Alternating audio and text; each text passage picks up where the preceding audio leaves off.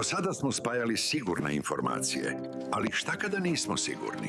Kada odgovor može biti samo da ili ne, tada koristimo veznik ob. On uvodi indirektno ja na pitanje i šalje glagol na kraj rečenice. Direktno pitanje traži odgovor da ili ne, ali ako to pitanje prenosimo indirektno, koristimo veznik ob. To na našem znači da li. I pazi, ob je strog inspektor. On tera glagol sa drugog mesta na sam kraj rečenice. Hast du Zeit? Er fragt, ob du Zeit hast.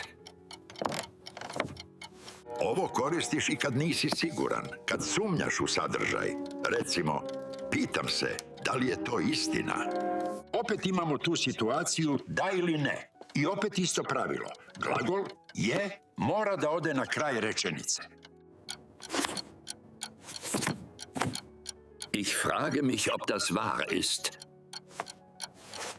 Ali pazi, ob koristimo samo za pitanja gde je odgovor da ili ne. Ako pitanje počinje sa gde, šta, ko, tada ob ne koristimo. Upitna reč sama preuzima slučaj i uvodi zavisnu rečenicu. Wo ist er? Ich weiß nicht, wo er ist. Obvol znači iako.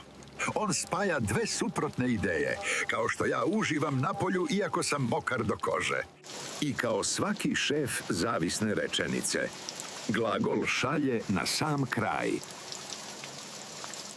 Ich gehe spazieren, obwohl es regnet. Evo još jednog primjera kontradikcije. Logika kaže, ako si bolestan, ostani u krevetu. Ali čovek ide na posao, iako je bolestan. Obvol nam signalizira da se dešava nešto suprotno od očekivanog. Er geht zur Arbeit, obwohl er krank ist. Obwohl er krank ist, geht er zur Arbeit. Znači, u Nebensatz glagol je na kraju. Posle zareza, u Hauptsatz, glagol dolazi odmah.